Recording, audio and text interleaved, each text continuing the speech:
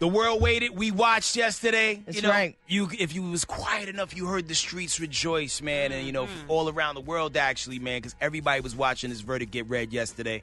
And, it's a step in the right direction. We want justice. We want these things to stop happening. Now we got to sit back and wait for sentencing on, Chauvin. And, man, like when you look in this guy's eyes, because that's all we was able to see yesterday, he seemed like he was shocked that he got convicted on all 3 counts. Me, a white man, police officer. Like, what did you expect to happen, dude? He thought he was going to get off like the rest of them. He did that. And it's interesting. Al Sharpton, he spoke yesterday, and he talked about that as well. Like, just that this is the first time you've seen this happen. This is the first time in the history of this state that a white police officer has been convicted, less known convicted of a murder. We don't find pleasure in this. We don't celebrate a man going to jail.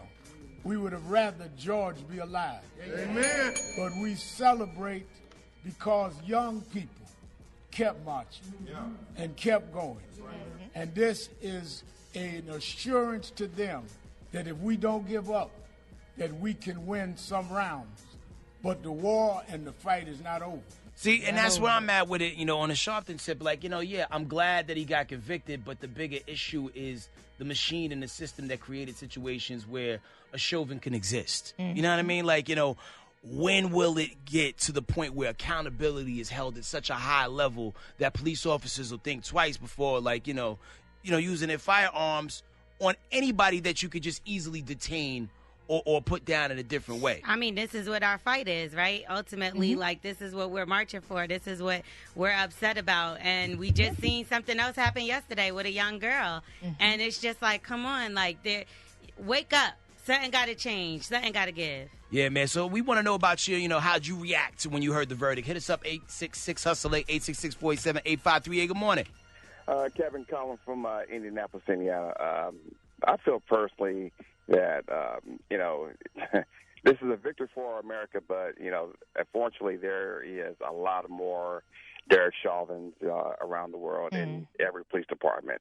I always got those bad apples, still got a lot of work to do, but, it is a start, but, we'll see in the coming future. Morning, Hustle. Who's this? Where you calling from? Good morning. My name is Mashaya. I'm calling from Warren, Ohio, and I feel like justice was served. We still got a lot of work to do, but we definitely appreciate the guilty verdict, and we want to see more of it. We tired of our brothers, our cousins, our uncles, our family members getting killed right in front of us. It's time. And let's talk about the little girl, 15-year-old, who just got killed in Columbus last night.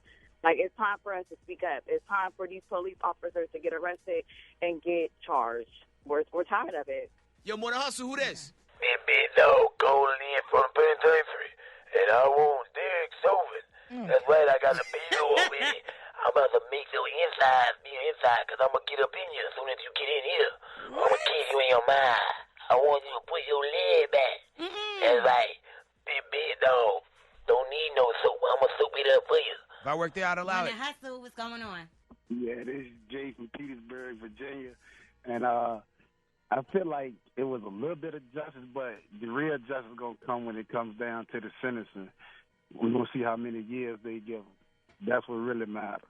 If they could have brought the chair into the courtroom right after they sentenced them and turned it on, I'd have smiled. That would have been the best thing. I just want to say, we talked about this a little earlier, but Darnella Frazier, the 17-year-old teen that filmed the whole thing, if it wasn't for her capturing that video, he would have skated. I'm pretty sure, because those police body cams ain't telling the whole story. And they turn those off. You know what I mean? So just shout out to her and anybody else that's been brave enough to, stand up against the police, even if it got nothing to do with them, to help somebody else out. But even when you look at how many times there was a camera rolling and people still got off. Absolutely. It's ridiculous, and we got to keep applying the pressure to get, people talk about bad apples. The whole tree is bad. We got to unroot the tree and, just figure out a way to reconfigure this system and move these people around who ain't moving in the best interest of the people. We pay these people with our tax dollars, and there's no way we should get the treatment that we're getting for as long as we've been getting it. You know what I mean? So more of your calls coming up later on this morning, 866-HUSTLE, 866-487-8538.